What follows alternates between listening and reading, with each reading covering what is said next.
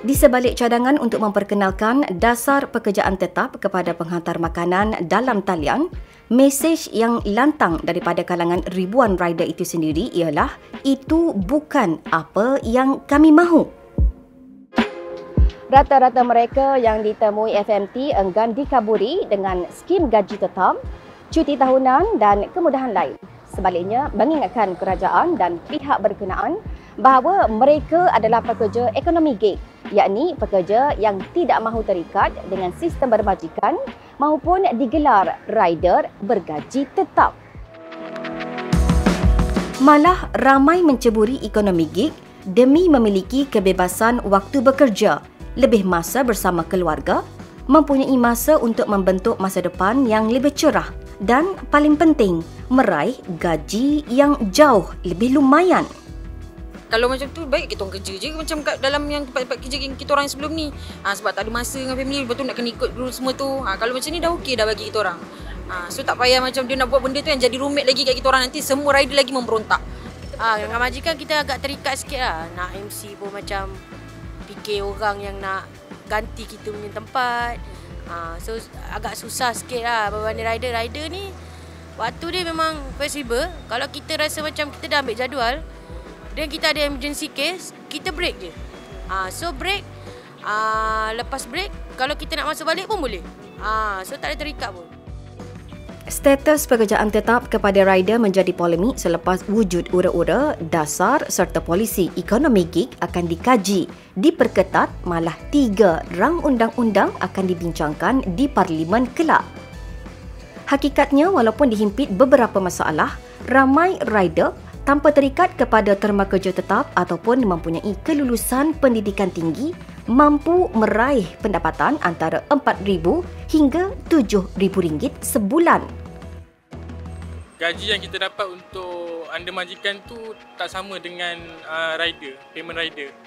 Yang sehari boleh cecah 200, 200.5, 300. Kalau sehari kalau under majikan kita dapat dalam 90, paling minimum 100.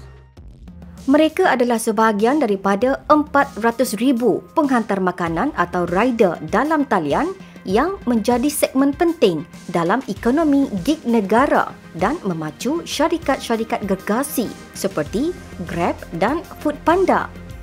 Syarikat-syarikat ini pula menjadi penyumbang penting kepada ekonomi negara menerusi cukai yang dikutip atas keuntungan mereka selain menyediakan sumber pekerjaan untuk rakyat, khususnya golongan belia. Namun, beberapa cadangan penambahbaikan yang sudah pun dilontarkan membabitkan kebajikan rider tidak berpaut kepada realiti apa sebenarnya yang rider mahu. Serta, adakah kepentingan syarikat-syarikat yang melabur berbilion ringgit untuk mewujudkan model perniagaan ekonomi gig yang berdaya saing ini turut diberi perhatian. Kehadiran syarikat-syarikat ini tidak boleh dipandang sepi selepas berhasil mengisi keperluan ratusan ribu orang yang mahu menikmati pendapatan sampingan, khususnya ketika ekonomi negara masih di landasan pemulihan selepas dibadai wabak COVID-19 sejak 2 tahun lalu. Rider kini keresahan selepas Menteri Pengangkutan Wee Ka Siong mengumumkan para rider perlu mendapatkan lesen vokasional yang memerlukan mereka menghadiri kursus pendek dan dikenakan bayaran tertentu. Disusuli Menteri Sumber Manusia M. Saravanan mengumumkan pihaknya akan menggunakan kuasa beliau sebagai menteri untuk mewujudkan jaringan keselamatan bagi pekerja P-panggilan dan E-panggilan.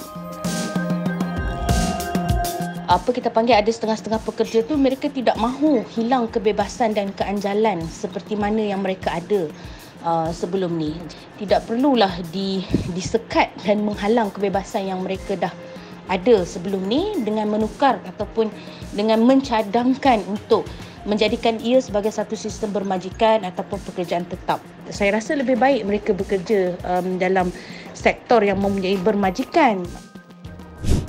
Sumber industri e-hailing memberitahu FMT setakat ini belum ada sebarang usaha mengadakan libat urus antara kerajaan dan semua pemegang taruh sektor berkenaan secara serius bagi menghasilkan plan tindakan mengenai masa depan ekonomi gig itu sendiri. Persoalannya kini, Sejauh manakah isu ini akan dibiarkan berlarutan dan adakah ini akan menjejaskan daya saing ekonomi di negara ini? Zian Aimah Muhammad Yusof, Berita FMP.